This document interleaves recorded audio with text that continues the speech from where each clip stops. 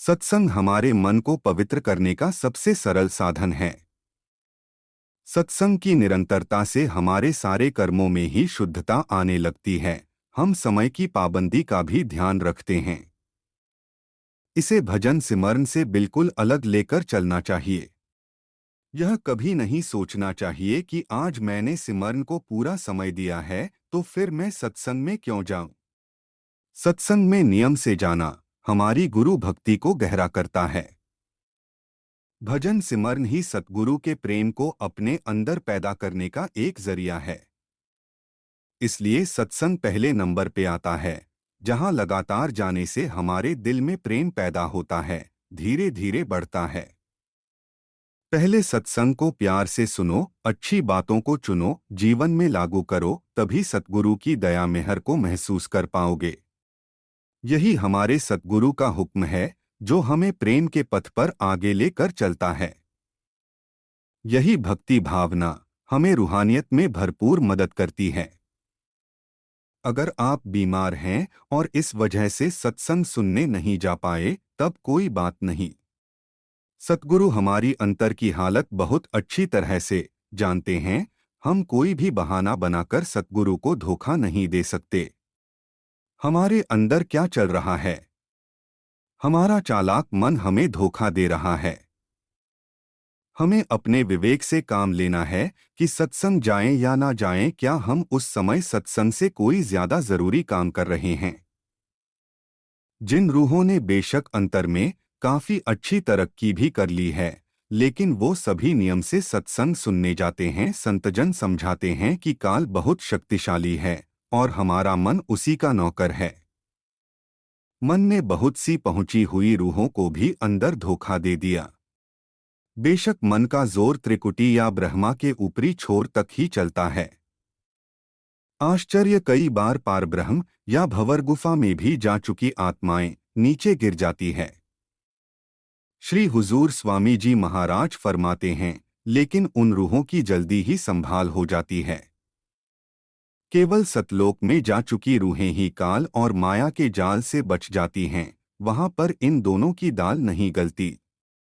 जो भी सत्संगी नियम से सत्संग अटेंड नहीं करते, उनका अक्सर अपने गुरु से भरोसा ही डावाडोल हो जाता है।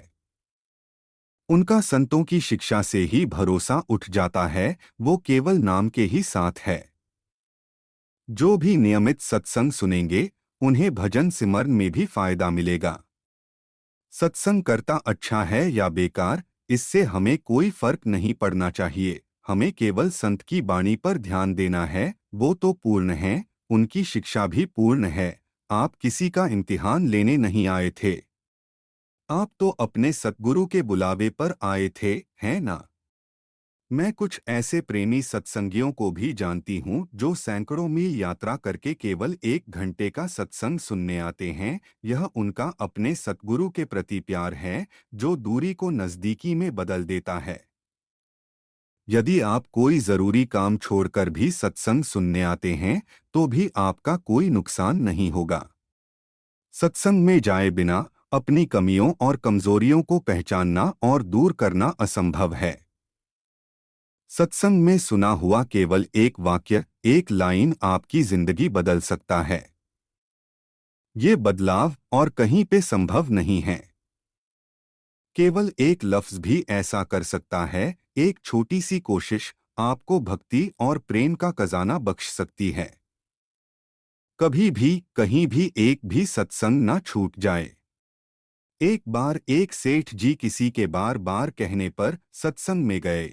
जैसे ही सत्संग हाल के गेट पर पहुंचे, सेवादार ने कहा, आइए। हाल के अंदर जाने पर एक सेवादार ने कहा कि बैठिए। जब सत्संग समाप्त हुआ तो एक सेवादार ने कहा, जाइए। रास्ते में आते समय उनके मैनेजर ने पूछा कि सत्संग में आनंद आया? तो बोले कि कैसा आनंद, मैंने तो सिर्फ 3 शब्द सुने हैं, आइए, बैठिए और जाइए, क्योंकि वहां जाकर सो गया था। पहली बार सत्संग जाने का असर ये हुआ कि 3 शब्द रात में सोते समय भी मुंह से निकले। एक चोर उनके कमरे में चोरी करने घुसा। सेठ बोले, आइए। चोर डर गया। फिर सेठ बोले, बैठिए। चोर डर के मारे बैठ गया और सोचने लगा कि सेठ जाग रहे हैं। फिर सेठ बोले, जाइए। जान बचाकर चोर भाग गया। मगर सुबह होते ही चोर माफी मांगने सेठ के यहाँ पहुंचा। सेठ ने कहा कि हमें कुछ पता नहीं। ये तो 3 शब्द सत्संग में सुने थे, जो सोते समय मुंह से निकले, जिसके कारण मेरा सामान बच गया। अगर जागकर पूरा सत्संग का आनंद लेता तो बहुत कुछ मिल सकता है। और प्रतिदिन सत्संग जाने लगे। भाव, सत्संग जाने पर कुछ न कुछ जरूर मिलता है। हम क्या लेते हैं, यह हमारे ऊपर निर्भर है।